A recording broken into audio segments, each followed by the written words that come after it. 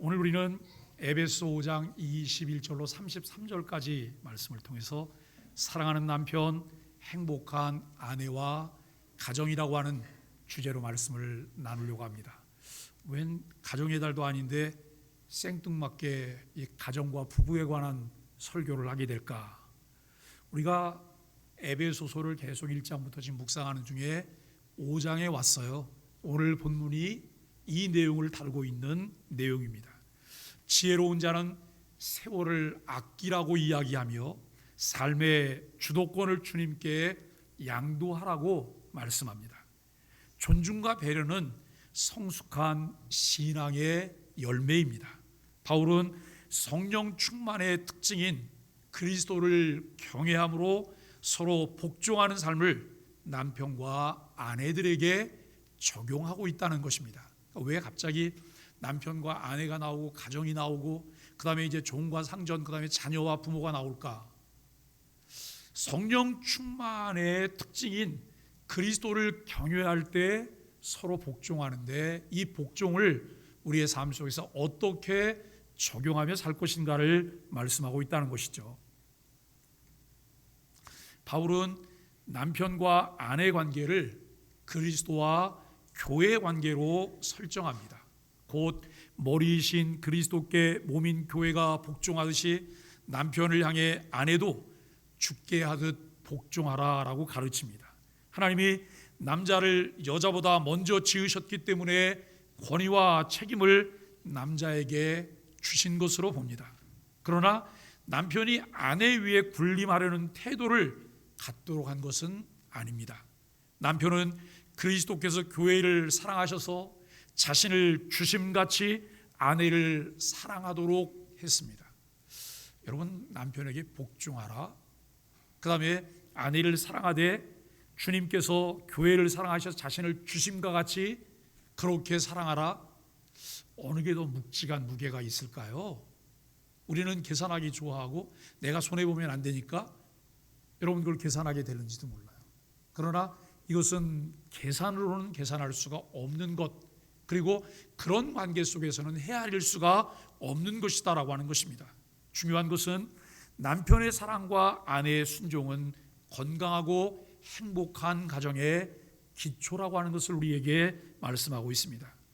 교회 전체에 대한 권면을 그리스도를 경외함으로 피차 복종하라라고 마친 바울은 5장 22절로 6장 9절에서 피차 복종의 원리가 구체적인 관계들 속에서 어떤 방식으로 실천돼야 하는지를 권면하고 있습니다. 과거에는 서구 사회에서는 이혼율이 급증하는 반면 혼인율이 매우 떨어지고 있었습니다. 또한 결혼 없이 동거하며 자녀까지 낳아 기르는 커플들이 증가하고 있습니다. 그런데 이것이 서구 사회만의 이야기가 아닙니다. 이미 우리나라가 서구 사회를 앞지르고 있어요. 가정의 위기 상황이라고 하는 가속 페달을 밟은 지 오래되었다고 하는 것이죠. 이런 상황에서는 아무리 로맨틱하고 아름다운 결혼식을 올린다고 해도 피할 수 없는 질문이 있습니다. 결혼이 꼭 필요한 것일까? 수많은 나라에서 동성애 결혼까지 법적으로 허용하는 마당에 그리스도인은 과연 어떻게 결혼해야 하는 것일까요? 결혼 관계는 인간 사회를 이루는 기본 조직으로서 그 관계에 대한 갈망은 우리 본능 속에 주입되어 있습니다. 오늘 본문을 통해 우리는 그러한 갈망이란 하나님이 우리로 하여금 그리스도의 사랑을 바라보도록 하기 위해 심어두신 마음임을 알게 됩니다. 원래 하나님이 디자인하신 가정, 결혼은 예수 그리스도 안에서 모든 것을 하나 되게 하시는 하나님의 계획을 창조 세계에 영광스럽게 드러내는 수단입니다. 이러한 것을 잘 이해할 때 하나님의 백성에게 결혼은 싸움터가 아닙니다. 승리의 현장입니다. 죄인인 두 사람이 그리스도 안에서 연합하여 하나님을 섬기는 자리가 되기 때문입니다. 결혼은 단순히 두 사람의 만남과 결합 정도가 아니라 교회를 향한 그리스도의 언약적 사랑을 강력하게 보여주는 그림이기도 하다라고 하는 것을 우리가 생각할 수 있을 것입니다. 미혼이든 기혼이든 또는 배우자와 헤어져서 홀로 지내든 오늘 본문은 결혼한 이들을 위한 교훈을 넘어 궁극적으로는 그리스도와 교회 사이에 맺어지는 친밀한 영적 연합이 무엇인지를 가르쳐 주고 있다라고 하는 것이죠. 하나님의 그날이 이르면 우리는 온전한 연합을 이루어 천상에서 신랑 되신 예수 그리스도와 그의 신부인 교회가 온전히 하나를 이루게 되는 혼인잔치를 한다라고 이야기를 하게 됩니다. 그렇기 때문에 오늘 본문에서 살펴보게 되는 내용은 단지 결혼한 이들을 위한 교훈만 다루고 있는 것이 아닙니다. 32절에서 바울은 나는 그리스도와 교회에 대하여 말하노라 라고 말했기 때문이에요. 지금 가정을 예를 들어서 남편과 아내들을, 그리고 또 그 6장에 가면 여러분 부모와 자녀들을, 종과 상전들을 들어서 말하고 있지만 말하려고 하는 본질은 무엇일까? 그 본질이 무엇일까? 그리스도와 교회에 대해서 말하고 싶은 거예요. 하나님의 나라에 대해서 말하고 싶은 것이다라고 하는 것을 생각해요. 서로 복종하라 라고 말을 해요. 바울은 앞선 본문에서 성령으로 충만해진 그리스도인들은 피차 복종하라고 설명합니다. 그것과 관련해서 그리스도인의 가정생활이 어떻게 이루어져야 하는지를 말씀합니다. 가장 기본적인 원리가 그리스도를 경외함으로 피차 복종하라. 이 피차 복종은 그리스도를 경외함이 견인해 가는 거예요. 그리스도를 경외하게 되면 그 경외함의 열매를 통해서 나타나는 것이 피차 복종하는 것이다 라고 하는 거예요. 그런데 그리스도를 경외함을 빼버리면 내가 왜 피차 복종해요? 자존심 대결을 해야 되잖아요. 가정에서도 아내와 남편이 끊없는 대립을 해요. 부모와 자식 간에도 대립을 해요. 그런데 이 하나님 그리스도를 경외함이 우리의 삶에 이루어질 때에 피차 복종함이라고 하는 것은 자연스러운 열매다라고 말할 수 있을 것입니다.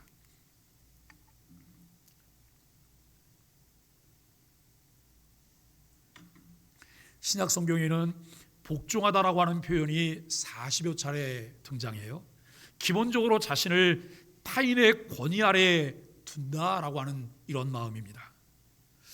바울은 건강하고 행복한 가정을 위해서 다양한 가족 관계 안에서 이루어져야 하는 복종을 설명하고 있습니다. 남편에 대한 아내의 순종이라든지 부모에 대한 순종, 그리고 상전에 대한 종의 순종을 설명하고 있습니다. 중요한 것은 순종 내지 복종의 동기는 다름 아닌 그리스도를 경외하는 마음에 있다는 거예요. 즉 거룩하고 전능하신 심판자 우리 주님을 두려워하는 마음으로 피차 복종해야 한다는 것을 말씀합니다. 그리스도를 경외하는 모든 사람들이 그리스도 앞에서 자신의 삶을 고백해야 할 책임이 있음을 성경은 우리에게 가르칩니다. 그분으로 인해 속량받았기에 모든 관계 속에서 그분을 기쁘시게 하며 살아야 합니다. 오늘 우리 에이렌의 양상불이 은혜라고 하는 찬양을 찬양했어요. 모든 것이 은혜였소 라고 말을 해요. 모든 것이 은혜였소. 여러분 모든 것이 은혜였소라고 고백할 때 내 마음은 최상인 거예요. 내가 은혜라고 고백할 때 내 마음에 감사가 있어요. 기쁨이 있어요. 주님을 의존하는 마음이 우리에게 있어요. 내 환경이 아직은 꿀꿀하고 내 환경이 어렵고 내 마음에 불편함들이 있지만 그런 중에도 내가 주를 의지하기 때문에 주를 통해 누릴 수 있는 은혜가 최고였소, 은혜였소라고 하는 것을 우리가 고백할 수 있다라고 하는 것입니다.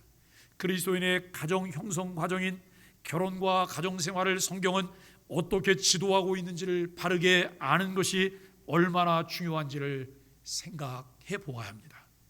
최초의 기관인 가정제도를 주셨던 하나님의 설계가 무엇이었는지를 성경을 통해 배워야 한다는 거예요.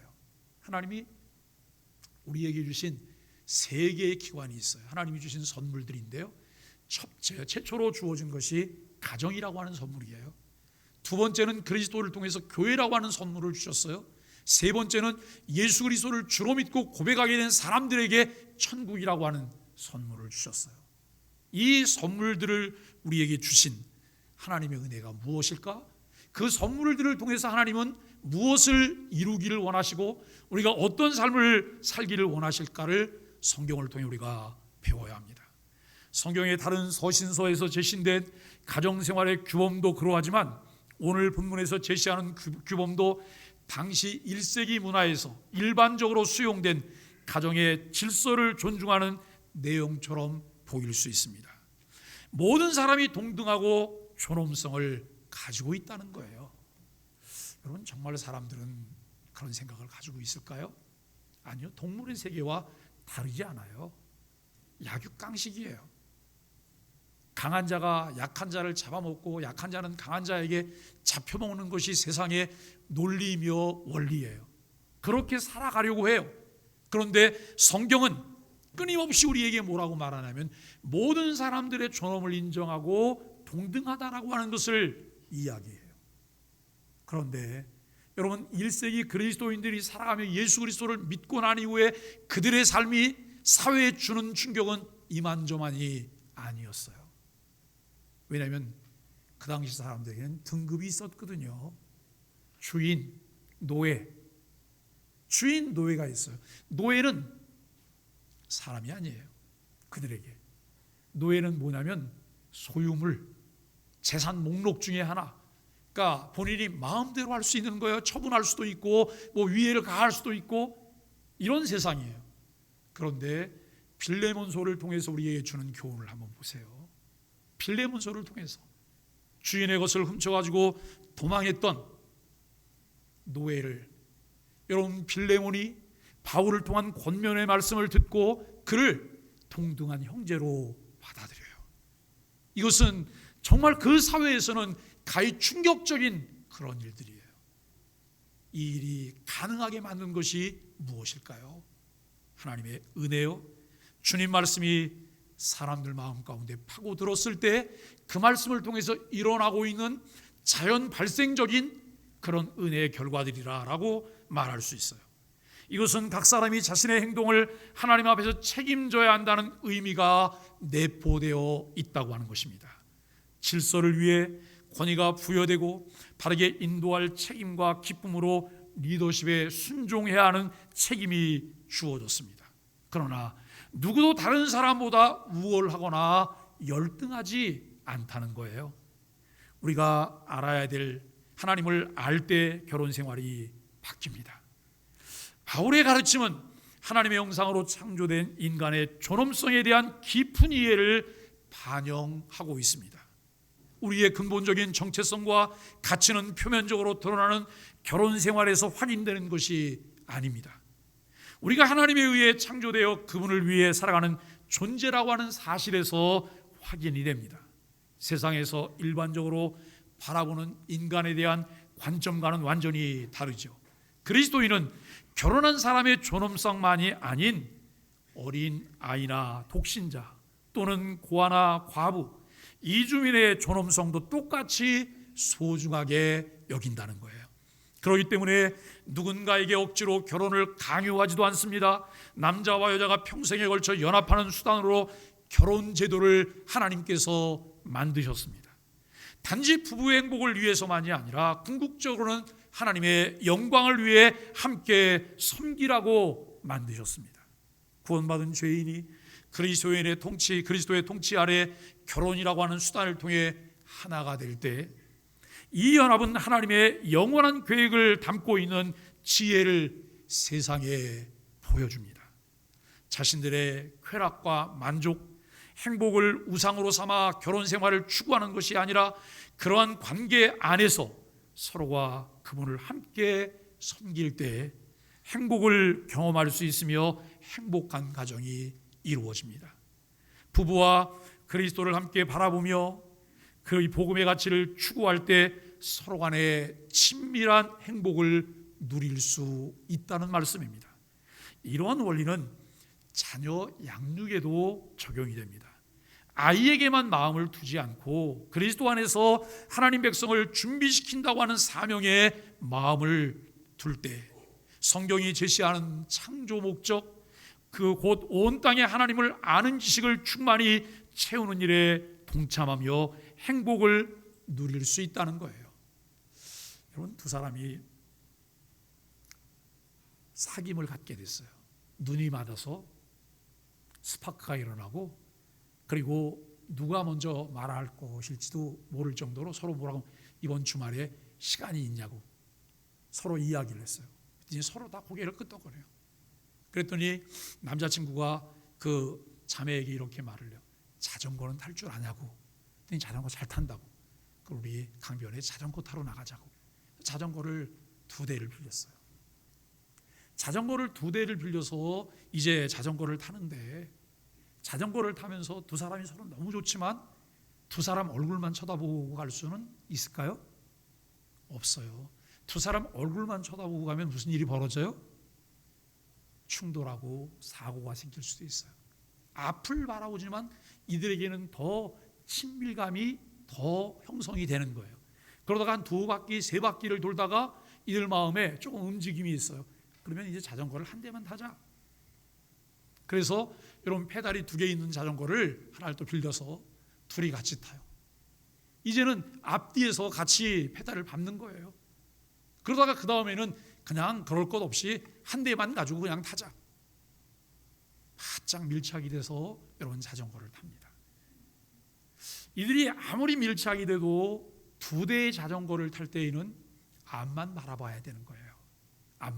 앞만 바라보지 않으면 사고가 나요.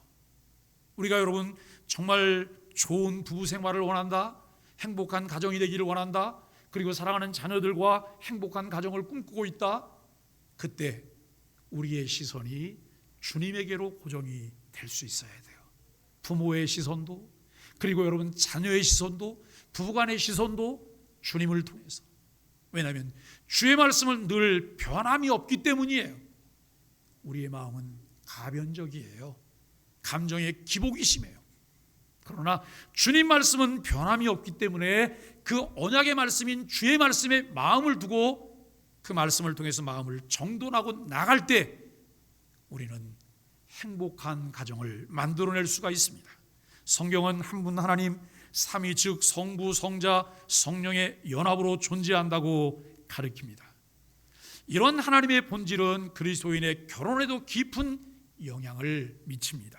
삼위일체 하나님은 영원한 관계 가운데 세 위격이 서로를 동등하게 섬기면서 질서 있는 하나님의 사랑의 연합으로 존재합니다. 우리는 하나님의 형상으로 지어졌기에 우리의 결혼 관계도 그분의 삼위일체적 연합을 반영하고 있다고 할 수 있습니다.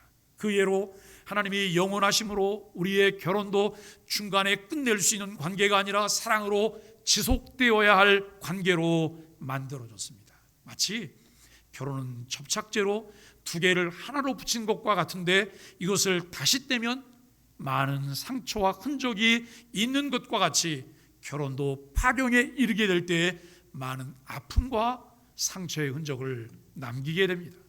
하나님이 다수의 위격으로 계시기에 우리의 결혼도 남자와 여자가 서로를 필요로 돌보며 친밀하게 동반해야 할 관계입니다. 그리고 하나님은 동등한 쇠위격으로 계시기에 우리의 결혼도 똑같은 존엄성을 지닌 남편과 아내의 관계로 만들어졌다는 거예요. 한 분 하나님이 계신데 한 분 하나님에게 쇠위격이 있어요. 성부, 성자, 성령이에요. 그런데 이 세 위격을 가진 이분 한 분 하나님이세요. 영광과 권능은 동등하시다라고 하는 것을 말씀해요. 여러분, 가정에서 이제 부부가 이루어졌어요. 부부는 모든 것이 동등해요. 아내가 남편에게 종속적이지 않아요. 여성 상위 시대를 말하고 있지만 남편이 아내에게 종속적이지 않다라고 하는 것, 성경이 우리에게 가르치는 질서며 원리입니다. 그뿐만 아니라 하나님은 서로 다른 위격이 서로 섬기는 관계 가운데 계시기 때문에 우리의 결혼도 동성 간의 연합이 아닙니다. 누구와의 연합이 아니라고요? 동성 간의 연합이 아닙니다. 내 아들이 어느 날 결혼할 대상자라고, 여러분 배우자라고 데리고 왔어요. 그런데 여러분 아들이 남자를 데리고 왔어요. 어떻게 하실까요? 딸이 배우자감이라고 데리고 왔어요. 그럼 여자를 데리고 왔어요. 어떻게 하실까요? 여러분, 이런 것들을 가지고 우리가 고민을 해야 되잖아요. 그런데 어느 나라에서는 법적으로 동성 간의 결혼이 혼인신고가 가능하도록 했어요. 얼마든지 그럴 수 있어요. 왜요? 하나님이 부재 중이니까요. 하나님이 없으니까요. 로마서 1장에 하나님이 없을 때, 그 마음에 하나님 두기를 싫어할 때, 하나님께서 상실한 마음대로 그를 그대로 내버려 둘 때 인간은 어디까지 가는지 몰라요. 제가 가끔 설명하지만 여러분, 산 위에서 날리던 연이 끊어졌을 때 그 연이 어디로 날아갈 알 수 없는 것처럼 우리의 삶도 어디로 가는지 우리가 알 수가 없어요. 이성 간에 서로를 섬기고 보완하는 관계가 결혼입니다. 천지 만물을 창조하시고 그 질서를 세우신 하나님께서 주신 결혼 제도를 통해 우리는 성경적 가치를 따르는 결혼과 가정을 이루어 가야 합니다. 우리 안산시가 다문화 도시예요. 지금 안산시가 인구가 줄어서 78만에서 64만이 됐대요. 그런데 안산에 다문화인이 약 10만 가까이 살아요. 9만 정도쯤 사는데요. 111개국에서 안산에 와서 살고 있어요. 그런데 어느 날 자녀가 배우자를 데리고 왔는데 우리와 국적과 문화가 다른 외국인을 데리고 왔어요. 그냥 여러분 그 동성은 아니에요. 그때 부모님들의 반응은 어떠실까요? 괜찮으실까요? 이제는 괜찮은 세상으로 가셔야 되는 거예요. 이제는. 그런데 부모가 자녀가 이제 배우자를 데리고 왔는데 금발머리에다가 눈이 파란 외국인을 데리고 왔어요. 그랬더니 그래도 좀 괜찮네 이렇게 말을 했어요. 근데 여러분, 자녀가 배우자를 데리고 왔는데 그냥 브라운 블랙이 아닌 블랙이에요. 연탄재보다 더 새까만 그 피부를 가진 흑인을 데리고 왔어요. 그때 부모님은 그 사람하고 말 한마디도 안 붙여보고 뭐라고 얘기해요? 이건 아니야. 이럴 수가 있어? 이러면서 여러분 역정을 내시잖아요. 금발머리를 가진 사람과 여러분 흑인인 사람과의 차이는 무엇일까요? 하나님은 모든 사람들을 다 동등하게 지으셨어요. 그 사람들과 우리가 아름답게 조화를 이루며 살도록 우리에게 하셨어요. 특히 우리나라 대한민국 사람들은 단일 민족이기 때문에 다문화 수용하는 게 참 어려워요. 쉽지 않아요. 그런데 여러분, 다문화에 관한 이야기가 들어올 때 좋은 이야기, 나쁜 이야기가 동시에 다 들어와서 쭉 사람들에게 설명이 되어졌다면 어쩌면 더 쉽게 수용할 수 있을지 몰라요. 나쁜 이야기만 훨씬 더 많아요. 나쁜 이야기만. 그런데 그분들 만나보세요. 만나보면 한없이 순박한 분들이 더 많으세요. 정말 순진하신 분들이 더 많으세요. 오늘 우리는 어떻게 하면 성경적 가치를 이제 따르는 결혼을 우리가 할 수 있을까? 오늘날 국가가 어떤 결혼을 규정하든 하나님 앞에서는 오직 남성과 여성의 연합만이 결혼으로 여겨집니다. 더 나아가 하나님은 성부에게 성자가 기쁨으로 순종하고 성령이 그 관계 속에서 사랑으로 역사하시는 질서 가운데 계심으로 우리의 결혼도 사랑으로 권위를 행하시고 기쁨으로 그 권위에 순종하는 관계로 만들어졌습니다. 하나님은 삼위간에 이루어지는 사랑의 관계 속에 계심으로 우리의 결혼도 사랑의 관계로 만들어졌다는 사실을 잊어서는 안 됩니다. 하나님은 자신의 완전한 사랑을 우리와 맺은 언약 관계 속에서 드러내셔서 마침내는 우리를 위해 자신을 희생하셨습니다. 결혼을 통한 가정이 서로를 사랑을 통해 섬김으로 드러나야 한다는 것이죠. 단지 일시적인 감정이나 육체적인 욕구가 아니라 평생토록 지속하는 희생과 섬김에서 표현되는 사랑이어야 한다라고 하는 것입니다. 이러한 사랑은 상대의 외모나 조건에 기초하지 않습니다. 오히려 상대의 유익을 위해 자신을 내어주는 헌신에 기초하고 있습니다. 이 사랑은 하나님께서 우리에게 주셨던 무조건적인 사랑입니다. 이러한 사랑을 이루는 결혼은 그리스도인들에게 주어진 하나님의 선물이며 축복입니다. 이러한 가정을 위해 바울은 아내와 남편 각자의 역할을 제시하고 있습니다. 아내들은 자기 남편에게 복종하기를 죽게 하듯 하라고 말씀하는데, 노예 같은 굴종을 말하는 것이 아니라 자발적인 순종을 의미하고 있어요. 자발적인 순종은 왜 나타나는 거예요? 자발적인 순종은 그리스도를 경외하기 때문에 우리에게 나타나는 거예요. 그런데 여러분, 굴종 같은, 노예 같은 굴종은 우리에게 왜 있어요? 마음이 불안하니까 그걸 유지하려고 할 때, 마음이 불안하기 때문에 그것을 유지하려고 할 때 여러분 나타날 수 있어요. 부부는 종속적인 관계가 아니에요. 상하 관계가 아니에요. 동등한 관계예요. 서로 존중하고 배려하고 인정하는 이 관계가 부부의 관계예요. 남편이라고 아내에게 막 명령해서 안 되잖아요. 당연한 것처럼 뭘 해서도 안 되잖아요. 여러분, 아내가 남편에게 또 막 그렇게 해서도 안 되는 거잖아요. 피차간에 이 부분이 우리에게 되어야 되는 것이죠. 남편은 아내에게 복종을 강요할 수 없습니다. 죽게 하듯 남편에게 복종해야 할 일은 아내의 몫입니다. 이것은 그리스도에 대한 순종의 연장선에서 감당하는 역할로서 만물을 그리스도의 통치 아래 두시려는 하나님의 계획과 일치되는 사명이라는 거예요. 아내의 이 역할은 이 땅에 있는 동안 주님이 부여하신 사명입니다. 제가 이 사명이라고 하는 말을 좀 여기 굳이 좀 강조하면서 쓰고 있는 이유가 무엇일까를 한번 생각해 보세요. 남편은 아내를 사랑하라고 명하고 있습니다. 아내를 다스리는 것이 아니라 사랑하라고 명합니다. 그 이유는 남편의 리더십이 아내를 사랑하는 마음에서 나와야 하기 때문입니다.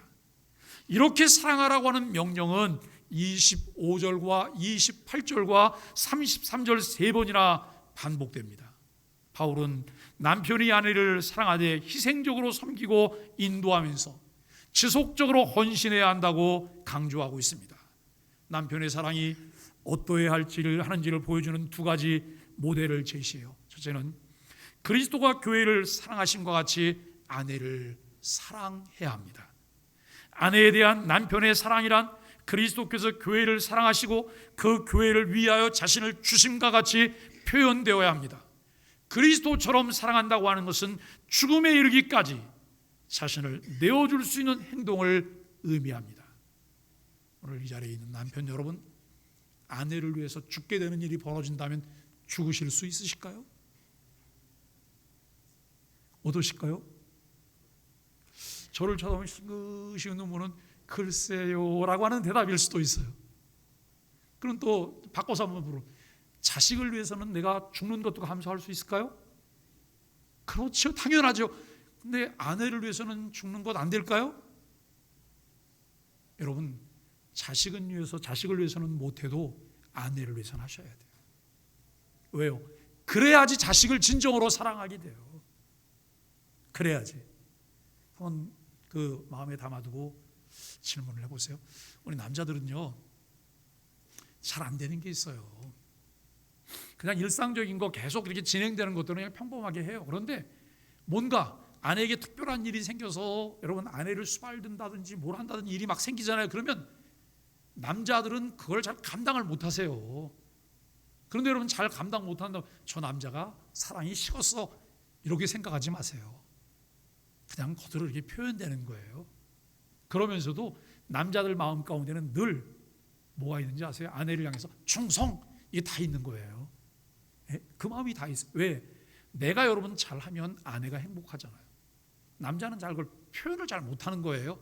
그런데 아내가 행복하면 남자는 그것 때문에 느끼는 뿌듯함과 편안함이 있어요. 오늘 우리가 참 그리스도처럼 사랑한다고 하는 것은 죽음에 이르기까지 자신을 내어줄 수 있는 행동을 의미하는 거예요. 두 번째는 자기 육체를 사랑함과 같이 아내를 사랑해야 된다는 거예요. 28절로 30절에서는 이와 같이 남편들도 자기 아내 사랑하기를 자기 자신과 같이 할지니 자기 아내를 사랑하는 자는 자기를 사랑하는 것이라.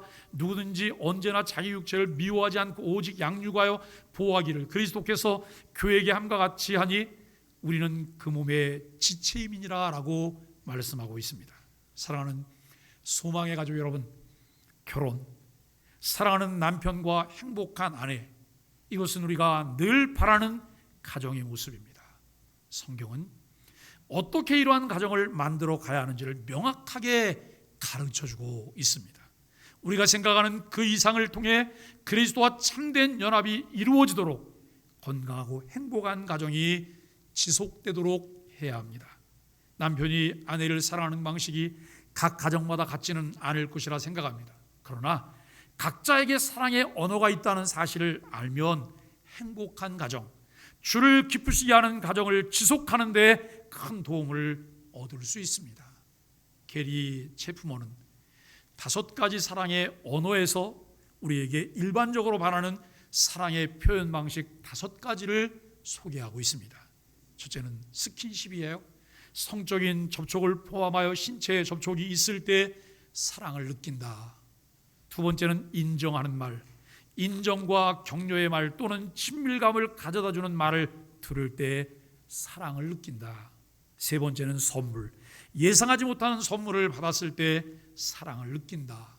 네 번째, 시간, 자신과 함께 이야기를 나누거나 활동을 하며 시간을 보냈을 때 사랑을 느낀다. 다섯 번째, 봉사, 자신을 위해 친절을 베풀며 무언가를 해줄 때 사랑을 느낀다라고 말을 해요. 여러분, 2024년도에는 저와 여러분 모두에게 사랑의 온도가 넘쳐날 수 있게 되기를 바랍니다. 그래서 우리를 통해 이것이 표현되어지고 상대가 그것을 느끼며 그것을 통해서 마음 가운데 행복함, 편안함, 안정감을 갖게 되는 은혜가 있기를 간절히 바랍니다. 바울은 33절에서 간결한 권면을 남깁니다. 너희도 각각 자기의 아내 사랑하기를 자신같이 하고 아내도 자기 남편을 존경하라. 가정에서 하나님의 나라를 경험하면 교회가 하나님의 나라가 됩니다. 사랑하는 남편, 행복한 아내와 가정이 이루어지는 소망의 공동체가 될 수 있기를 예수 그리스도 이름으로 간절히 축복합니다. 우리 함께 인사하겠습니다. 아시레, 아시레. 이 아시레가 무슨 말이라고요?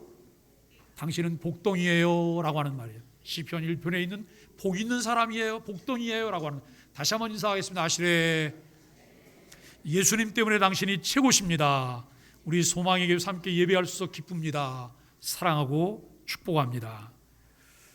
함께 559장 찬송을 하겠습니다. 1년에 한 번 정도 부르는 찬송인데 오늘 이 찬송을 또 한번 불러봅니다.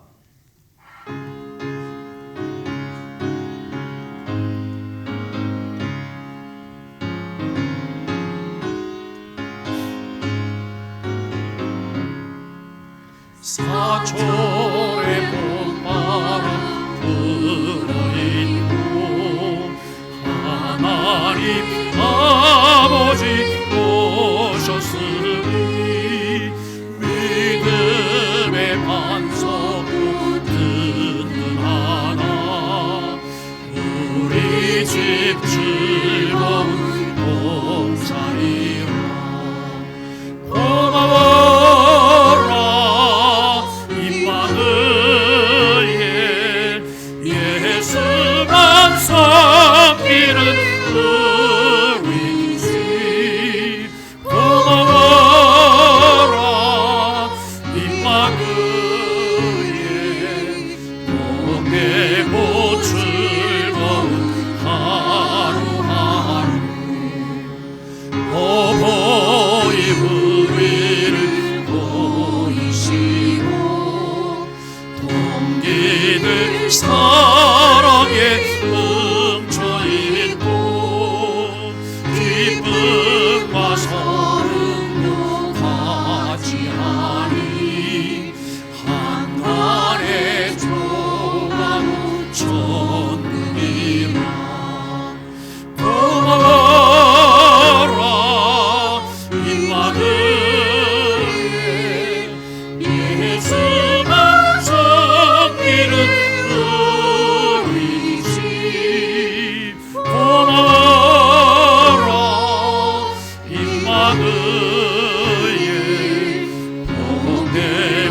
주시리